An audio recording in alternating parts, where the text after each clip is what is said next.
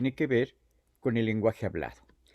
Y ya para los estudios que hacen el texto y las teorías del discurso, para ellos muchas veces va a ser más importante este lenguaje que está escrito, este lenguaje que es escribir un discurso político, que es escribir un discurso literario, que es escribir un discurso para los medios de comunicación.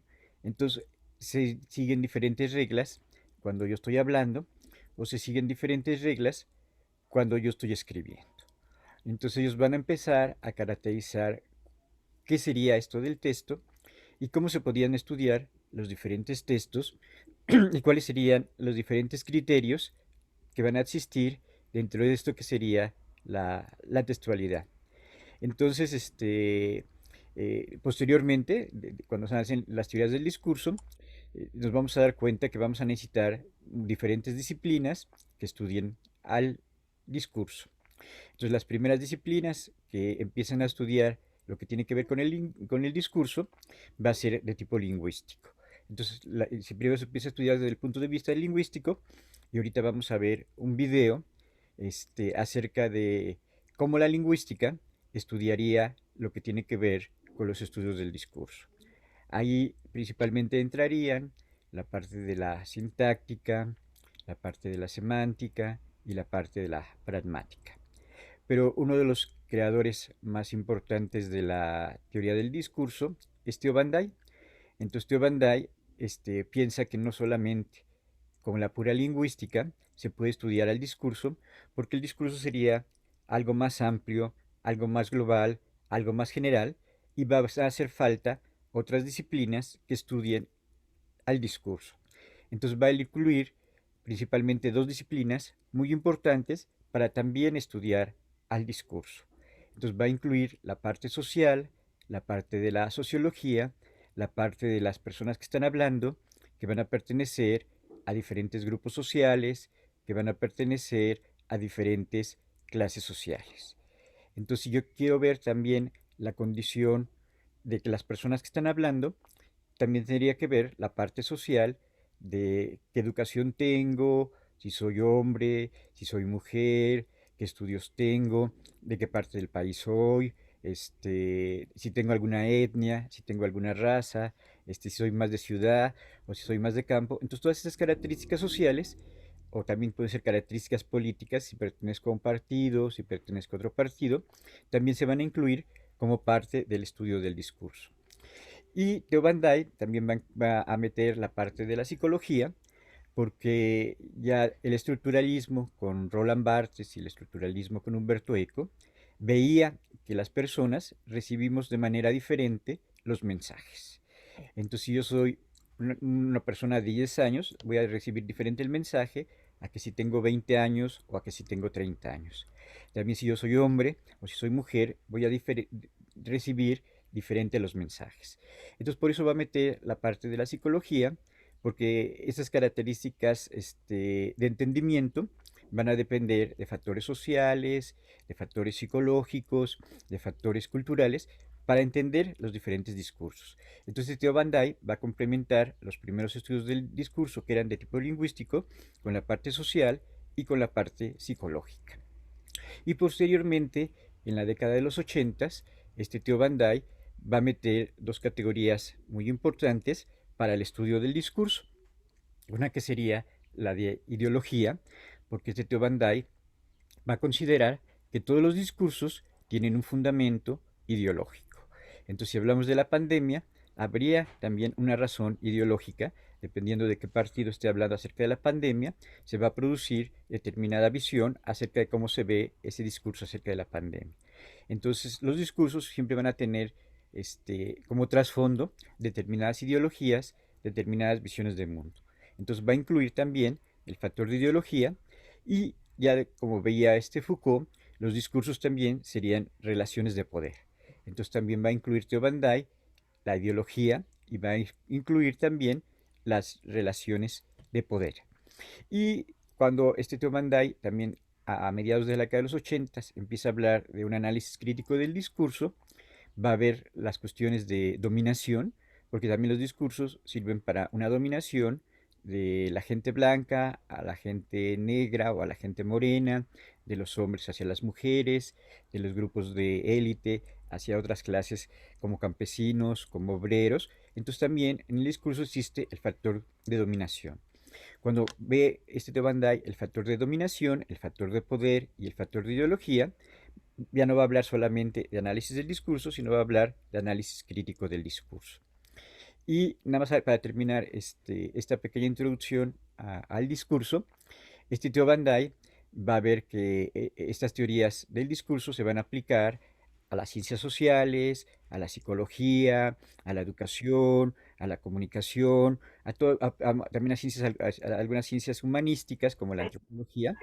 Pues se va a aplicar a diferentes disciplinas. Entonces va a ver que existen diferentes enfoques dependiendo de qué disciplinas están estudiando aquello que tiene que ver con el discurso.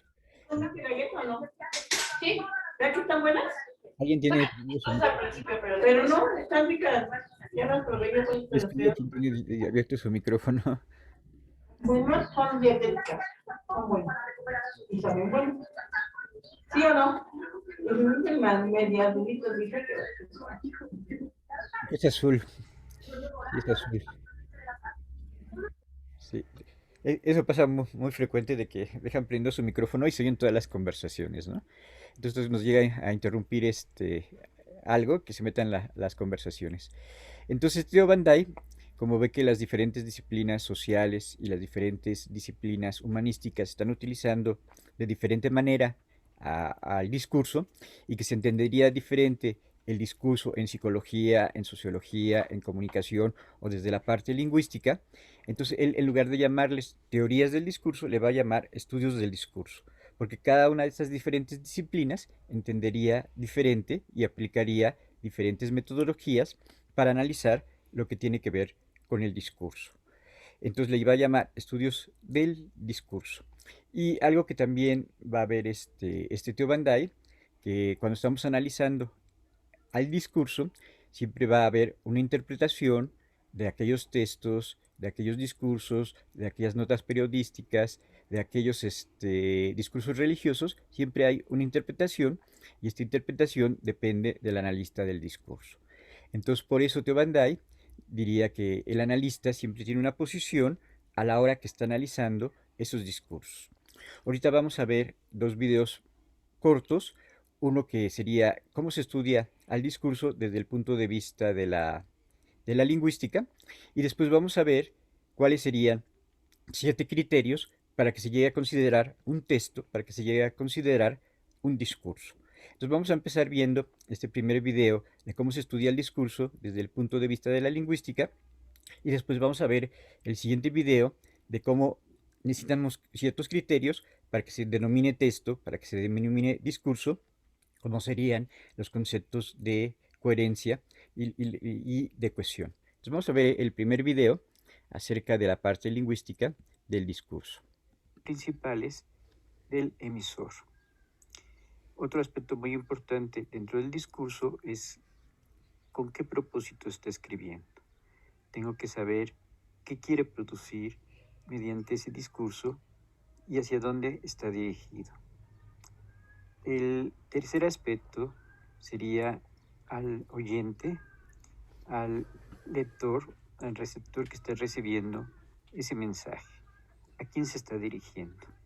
La mayoría de los textos, la mayoría de los discursos tienen a un público, a un oyente bien definido, y este público y este oyente bien definido, el emisor sabe cómo le debe de hablar y cómo lo quiere convencer. Este sería la parte pragmática. La parte pragmática, el emisor la va a crear una estrategia de cómo se va a relacionar con el emisor, y por parte del emisor tiene que hacer el procedimiento contrario de tratar de descubrir quién es este emisor, cuáles son sus valores, cuál es su ideología y principalmente la finalidad que quiere conseguir mediante este discurso, mediante este texto. El siguiente elemento muy importante va a ser el análisis semántico. El análisis semántico principalmente va a estar relacionado con el contenido del discurso. Lo podríamos sintetizar como que es aquello que sería el tema general. todo discurso, todo texto va a tener un tema principal, un tema general, del cual me está hablando. Muchas veces en un discurso, en un texto, no solamente va a existir un solo tema, sino puede que existan varios temas de los cuales me está hablando, y a su vez estos temas se dividan en temas más pequeños que podrían ser los subtemas. Esto ocurre principalmente en el caso de una estructura más compleja, como un discurso político, como una novela o como un cuento. También cuando estoy haciendo el análisis semántico, tendría que ver la relación que existe entre estos temas y cómo el escritor, como el emisor, está relacionando diferentes temas para llegar a una conclusión. Y el otro punto del análisis semántico sería considerar a qué tipo de texto pertenece. Esto sería muy importante porque no es lo mismo una nota informativa, un ensayo, una crónica o un editorial o un artículo de opinión. Entonces el emisor siempre se va a estar tratando de adaptar a un determinado tipo de texto, a un determinado tipo de género. También sería muy importante la manera en que está escrito narrativamente, expositivamente, literariamente, periodísticamente. Entonces tengo que reconocer el tipo de texto en el cual está escribiendo, con el cual está mandando su mensaje el emisor. Esto ya me va a dar ciertas características en cuanto a la manera de lo que quiere comunicar y cómo lo está comunicando. Después pasaría al tercer aspecto, que sería el análisis estructural, que ya tendría que ver con la forma, tendría que ver con cómo está organizado ese texto. Aquí podemos mencionar que puede haber textos escritos o puede haber textos que tengan un carácter audiovisual. Siempre por lo regular, un texto va a tener una parte de introducción, una parte de desarrollo y una parte en la cual va a concluir aquello que se quiere decir. Entonces, si yo soy un analista del discurso, tengo que saber a qué parte sería esta introducción, en la parte de desarrollo, qué parte es de exposición, qué parte sería de argumentos, qué parte me estaría narrando diferentes características del texto. También en el punto 1.2 sería ver en qué orden están esta información, en qué orden están estos argumentos que me está mencionando el texto. Luego también tendría que ver si esta organización, si esta estructura del texto está respetando un género en particular. Ahorita con los géneros, con los estilos postmodernos, puede ser que un género se combine con otros géneros diferentes. Puede ser una novela histórica, pero que a su vez tenga algo de político, algo de terror, que tenga también algo de melodrama. Entonces, la mayoría de los textos estarían relacionados, estarían interrelacionados y no solamente pertenecerían a un género, sino que muchas veces pueden pertenecer a géneros diferentes. En el caso de la película de Alien, pues sería una película de ciencia ficción, pero al mismo tiempo estaría combinando lo que sería el cine de terror. Entonces, ¿cómo se combinan estos géneros y cómo sería esta estructura que me va a presentar el texto y cuál es el orden de estas ideas que me está dando el texto? Y el último punto sería el análisis lingüístico. En este análisis lingüístico ya sería más formal, ya sería más técnico y se estaría refiriendo a la materialidad del texto. Ahí tendría que ver las características que presentan en cuanto al léxico, qué tipo de palabras utilizan y principalmente con qué significados, principalmente con qué connotaciones se están utilizando dentro de ese texto. Cada escritor va a utilizar las palabras con un determinado estilo, con una determinada intención, y estaría escogiendo las palabras dependiendo de su sonido, dependiendo de su significado. Otro aspecto sería el aspecto sintáctico. En el aspecto sintáctico ya voy a considerar la construcción de las oraciones y cómo están construidas estas oraciones. Son fáciles de leer, son oraciones muy complejas, me está hablando de temas concretos, me está hablando de temas más abstractos, está utilizando las diferentes metáforas. También que tiene que ver con las diferentes formas en que se va a manejar el discurso, sería que tiene un tono espontáneo o tiene un tono planificado, y en este carácter espontáneo o en este carácter planificado estaría viendo ciertas características del estilo, de la personalidad del receptor. También en el caso de una película o en el caso de las conversaciones, también podía ser un lenguaje formal o un lenguaje coloquial. Si nosotros pensamos en un juicio, si pensamos en algo que esté llevando a cabo dentro de los abogados, pues por lo regular se va a manejar en un lenguaje formal. En cambio, si pensamos en los youtubers, casi por lo regular se estaría mencionando un lenguaje más coloquial. También si yo voy a presentar una tesis, el lenguaje en el cual me debo de dirigir a los oyentes sería un lenguaje formal. En cambio, si estoy con mis amigos, si estoy con gente conocida, sería un lenguaje más coloquial. Lo mismo ocurriría si yo veo una entrevista de trabajo en la cual tendría que utilizar un lenguaje más formal. Y el último punto sería la variedad lingüística. Esta variedad lingüística muchas veces estaría relacionada con mi zona geográfica, estaría relacionada con mi edad, estaría relacionada con mi género, si soy hombre, si soy mujer, estaría relacionada también con mi cultura, y esto principalmente se vería cuando un actor tiene que cambiar de edad, tiene que cambiar de región, de ser de una región o de ser de otra región diferente, o esta variedad lingüística también nosotros la utilizamos cuando tenemos que dar una clase, o cuando subimos al metro, o cuando vamos a una iglesia. Entonces hay diferentes variedades lingüísticas que el hablante sabe utilizar de acuerdo al contexto en el cual se está desenvolviendo, de acuerdo a la situación y de acuerdo al momento y a quién se está refiriendo. Entonces la variedad lingüística depende de condiciones y depende también de la situación de comunicación.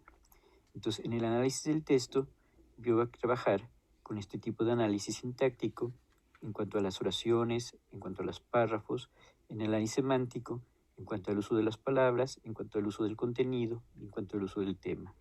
El análisis pragmático sería principalmente esta relación que yo voy a establecer con el receptor, con el oyente. Y ya la parte del análisis estructural sería la parte de la forma de ver la construcción del discurso. También habría este análisis lingüístico que presentaría principalmente las características de la construcción de cada oración, de la construcción de cada párrafo, de la construcción de los diferentes capítulos. Entonces, el análisis discursivo presentaría diferentes niveles, unos niveles que estarían dentro de la semántica, otros niveles que estarían dentro de la sintáctica, otros niveles que estarían dentro de la pragmática, dentro de la forma o dentro del campo de lo lingüístico. Aquí también habría que considerar algunos otros aspectos sociales para entender el discurso y algunos otros aspectos de tipo cognitivo para yo poder entender todo lo que tiene que ver con el discurso. A lo largo del curso iremos viendo más de estas características sociales que se presentan en el caso del discurso y más de estas características que serían las condiciones de situación, las condiciones contextuales en la cual se maneja todo lo que tiene que ver con el discurso. Bueno, este sería un complemento al video que estamos viendo. Muchas gracias.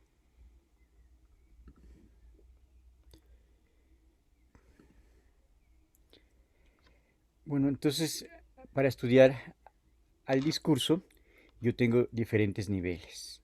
Aquí vimos que los niveles principales para estudiar al discurso sería este nivel sintáctico, este nivel semántico, este nivel de la forma, este nivel que tiene que ver con lo lingüístico y otro nivel que sería el nivel pragmático. Muchas veces para los estudiosos del discurso el nivel más importante va a ser el nivel pragmático. Cómo se está entendiendo, cómo se está recibiendo este discurso.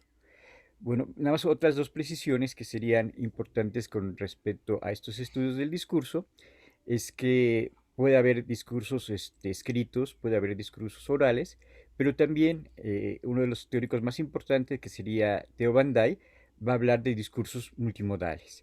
Estos discursos multimodales ya incluirían música, ya incluirían imágenes, ya incluirían videos.